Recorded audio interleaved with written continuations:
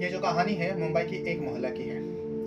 उस मोहल्ले में बहुत सारे घर थे और एक दूसरे को सारे लोग जानते थे। हालांकि बातचीत नहीं होती थी लेकिन शकल से यानी चेहरे से पहचानते थे कौन कहाँ रहते हैं, कहाँ पर घर है। वैसे में इंस्टाग्राम चलाने वाले एक लड़का जिसका नाम अस्माउल रहमान शेख होता है, उसी मोहल्ले में वो रहा करता था। उसके सामने एक दिन एक लड़की जिसका नाम फतवा होता है, उसके प्रोफाइल आ जाती है। हालांकि वो प्राइवेट था।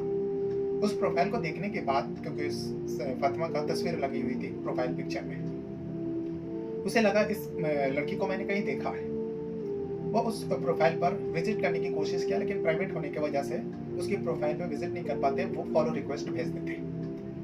कुछ ही समय बाद उसके फॉलो रिक्वेस्ट एक्सेप्ट होती है और फातिमा का प्रोफाइल में अस्माउल रहमान विजिट करते हैं। उसके सारे जो जो भी उसे अपलोड किया था, चाहे वो फोटोज हो, वीडियोस हो, लाइक करते हैं। लाइक करने के बाद फातिमा भी जो है इस प्रोफाइल के ऊपर विजिट करते हैं जो इतने सारे लाइक आया। कौन है ये लड़का? अस्माउल रहमान शेख का भी जितने भी वीडियो थे ज़्यादातर उसने लाइक किया।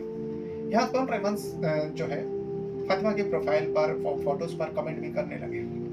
अब धीरे धीरे लाइक से कमेंट और फिर कमेंट से सीधा इनबॉक्स यानी चैट पर आ जाते हैं। दोनों में बातचीत होती है, हाई हेलो से शुरू होती है।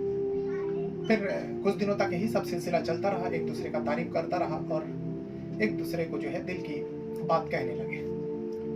तभी एक दिन फातिमा ने अपने घर जहां पर वो रहते थे, दोनों मुंबई के रहने वाले थे, लेकिन दोनों को ये नहीं पता था दोनों एक ही मोहल्ले के थे। दोनों को ऐसा लगता था जो कहीं ना कहीं किसी ने देखा है, एक दूसरे का चेहरा ऐसा लगता है जो मैंने तुम्हें देखा और उसने भी कहा मैंने भी तुम्हें देखा, ऐसा लगता है। तो फातिमा ने अपने घर के बाहर एक दुकान के बारे में बताया जो बहुत पुराना है।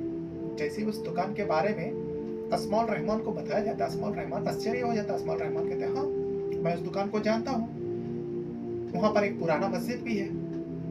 फातिमा के तो होश पक्का हो जाता है। फातिमा को लग गया ये लड़का यहीं का रहने वाला है। फातिमा ने कहा हाँ, मेरे घर के बिल्कुल करीब में ही एक पुराना मस्जिद है। फिर दोनों एक दूसरे के बारे में और जानने की कोशिश किया तो पता चला उसी मोहल्ले में रहने वाले होता है, कौन से घर का है, एक दूसरे को जान जाते हैं। अब दोनों मिलना चाहते थे। जब दोनों एक दूसरे को इतना सारे बातें हुए, ढेर सारे, अब दोनों मिलना चाहते थे। इसीलिए एक वक्त तय होती है और दोनों उस वक्त पर मिलने पहुंचते हैं। उसी मोहल्ले में सुनसान गली में दोनों मिलते हैं। मिलने के बाद दोनों में बातचीत होती है। अब ये दोस्ती जो है इन दोनों में प्यार में तब्दील हो जाती है। दोनों एक दूसरे को पसंद भी कर चुके थे, दोनों एक दूसरे के दिल की बात भी जान चुके थे। अब यही सब सिलसिला चलता रहा। फिर बाद में परिवार वाले को पता चला, फातिमा के परिवार को पता चला और यहाँ पर